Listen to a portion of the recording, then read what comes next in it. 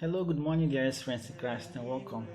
On this second of the month of February, 40 days after the birth of Jesus, the church celebrates the feast of the presentation of Jesus in the temple. And on this day, I would like to share with you very briefly a reflection titled, May You Find the Lord Whom You Seek. The feast of the presentation of Jesus in the temple, my dearest friends in Christ, is biblical in the sense that we find its origin in the Bible. If you recall very well, in the book of Exodus, when the Lord decided to deliver his people from slavery, from bondage in Egypt, he sent Moses, and accompanied by his brother Aaron, they both went to Pharaoh and said to Pharaoh, "Listen, the God of the Israelites has sent us to you. Pharaoh, let my people go." But Pharaoh was obstinate. He refused. And so through Moses, the Lord worked signs and wonders in the land of Egypt. The Lord sent them plagues, and the 10th of these plagues was the death of the firstborn of the Egyptians, of both human beings and animals. But nothing at all, nothing happened to the sons of Israel. And so in the book of Exodus chapter 13, the Lord said to them through Moses, he said, "All the firstborn that open the wombs must be dedicated, consecrated to me." And so the Jews, the Israelites, they have this practice, this devotion of dedicating, consecrating to God their firstborn sons. In the book of 1 Samuel, we see the mother of Samuel, Anna, coming to the temple and presenting her son, dedicating Samuel to the service of God. My dearest friends in Christ, on this day, the readings we have, they are well selected to suit this feast. In the first reading from the book of the prophet Malachi, chapter 3, verses 1 to 3, the prophet tells us, "Behold, I will send my messenger to prepare the way, to clear the way for me, and the Lord whom you seek will suddenly appear." The messenger will come to prepare the way. Who is this messenger? You may want to know.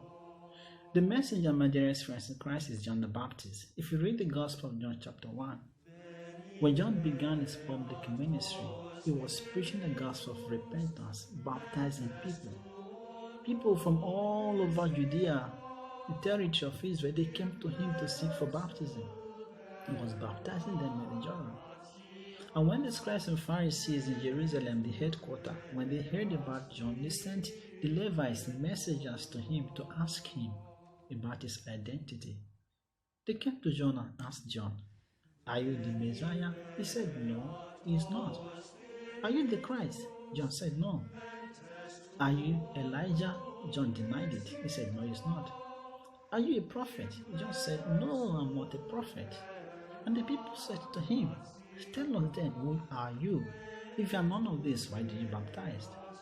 John smiled at them and said to them, "Listen, I am the voice of which the prophet Isaiah spoke when he said, 'Behold, prepare the way for the Lord and make his path straight.'"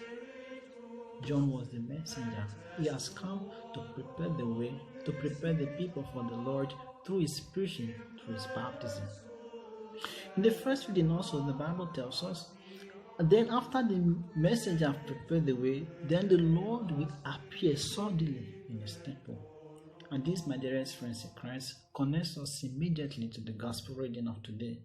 Take it from the Gospel of Luke chapter 2, the dedication of Jesus in the temple. Jesus Christ was dedicated in the temple. The parents brought Jesus to the temple at a point people were not expecting it.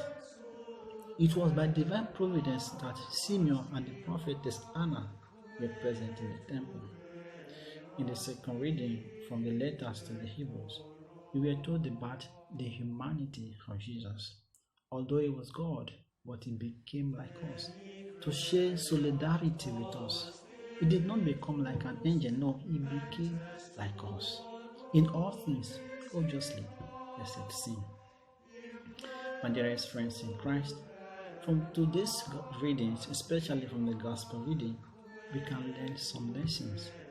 There are three groups of persons in this gospel reading. The first one is Jesus. Jesus is presented as a light of the world. Simeon took Jesus in his arms, he blessed God, and he said, "Behold, the light will lighten the Gentiles and the people of Israel."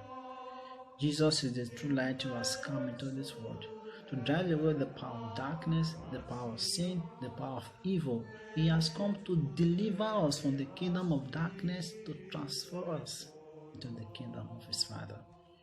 St. John in his Gospel chapter 1 tells us, "Is the true light who has come into the world, enlightening every man, but the darkness has not overpowered him."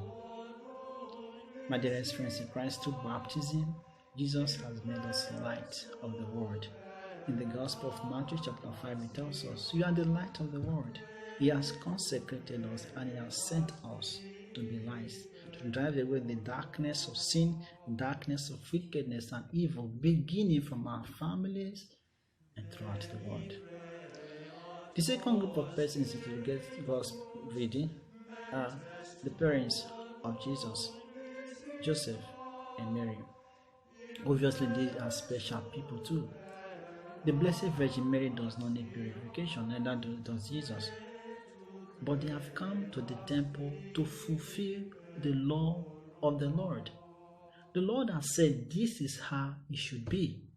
This is how it must be. So they have come to fulfill the law out of devotion. Not because they just wanted to, not because they feel like. No, they have come to fulfill the law of God. This day, many of us have turned Christianity into a thing of feeling. I don't feel like going to church today. I don't feel like receiving communion. I don't feel like doing this. I don't feel like. Christianity, my dearest friends in Christ, is not about feelings. It's about the conviction of faith, about doing and fulfilling the will of God. Jesus, at his baptism, said to John, "Let us do it the way God wants it to be." Because John the Baptist said to him, "No, I can't baptize you. You are the one to baptize me." But Jesus said, "No, we must do everything to fulfill the will of God." At the Garden of Gethsemane, the Gospel of Matthew chapter 26, Jesus was in the garden. He prayed, "Father, let this cup pass by. However, not my will, but your will. It is not my will that I have come to do. Let your will be done." At the moment of Annunciation, when the angel came to the Blessed Virgin Mary, Blessed Virgin Mary said, "Let it be done to me according to your word." In other words, let the will of God be done. We pray the Lord's Prayer every day, "Thy kingdom come, thy will be done." But do we do the will of God? Often the time we want God to do our will. We want to do things the way we want them, not the way God wants them. I don't feel like. Christianity, my dearest friends in Christ, is not about what we feel or